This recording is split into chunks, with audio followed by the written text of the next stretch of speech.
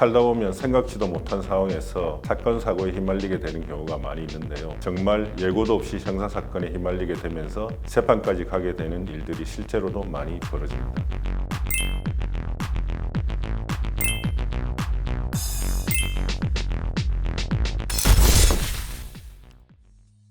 안녕하십니까. 법무의 정률 형사특별팀의 전종원 변호사입니다. 오늘은 사기죄와 유사하지만 행위 태양이 다른 준사기죄, 부당이득죄에 대해서 살펴보겠습니다.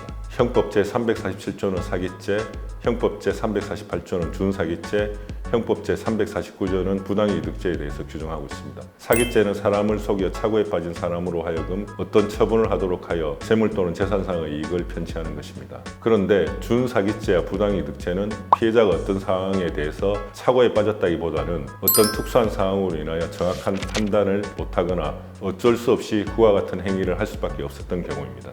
준사기죄는 미성년자의 사리 분별의 부족 또는 사람의 심신장애를 이용하여 재물을 교부받거나 재산상 이익을 취득한 경우에 처벌받는 죄입니다. 부당이득죄는 사람의 공공하고 절박한 상황을 이용하여 현저하게 부당한 이익을 취득한 경우에 처벌되는 죄입니다. 실제 위 두 죄로 처벌되는 경우는 사기죄에 비해서는 상대적으로 많지 않습니다. 하지만 사기죄가 성립하지 않는 경우에 준사기죄 또는 부당이득죄가 성립할 수 있는지도 함께 검토되어야 합니다.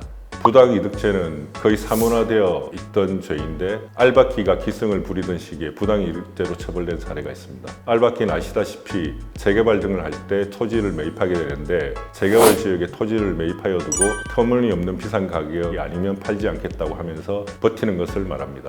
이런 상황에 처하게 되면 사업 주체는 공사 지연에 따른 막대한 손실을 방지하기 위하여 울며 겨자 먹기식으로 통상적인 매입가보다 훨씬 더 비싼 가격을 주고 토지를 매입하게 됩니다. 이러한 경우 부당이득죄가 적용될 수 있습니다. 최근에는 알박기 등으로 사업의 진행에 지장이 생길 우려가 큰 경우에는 알박기를 한 사람이 요구하는 금액을 주고 일단 토지를 매수합니다. 그리고 입금 계좌에 입금을 함과 동시에 또는 미리 계좌에 대한 가압류를 하여 입금된 금을 인출하지 못하게 잡아두고 알박기를 한 사람을 상대로 부당이득죄로 형사고소를 하는 식으로 진행하는 것입니다.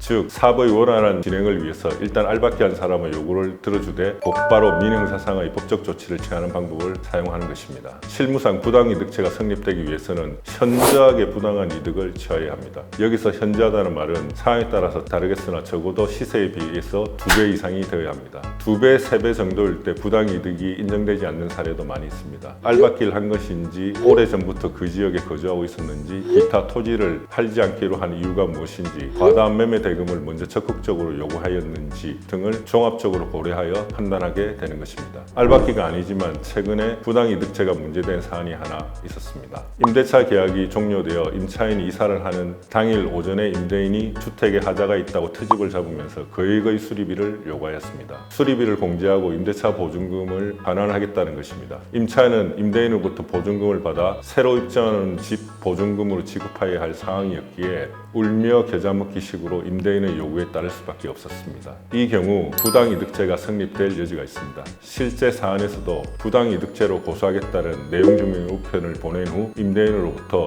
수선비 쪽으로 공제되었던 금원 모두를 지급받게 되었습니다.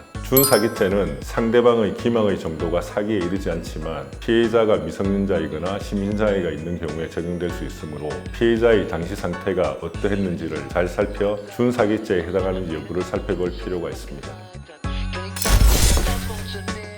재산범죄에서 사기죄가 차지하는 비중이 압도적으로 높은 것이 현실입니다. 하지만 사기죄 이외에도 부당이득죄나 준사기죄에 해당하는 경우도 있으니 피해자의 경우에는 사기죄 일부뿐만 아니라 부당이득죄나 준사기죄에 해당할 여지는 없는지를 추가로 살펴볼 필요가 있습니다.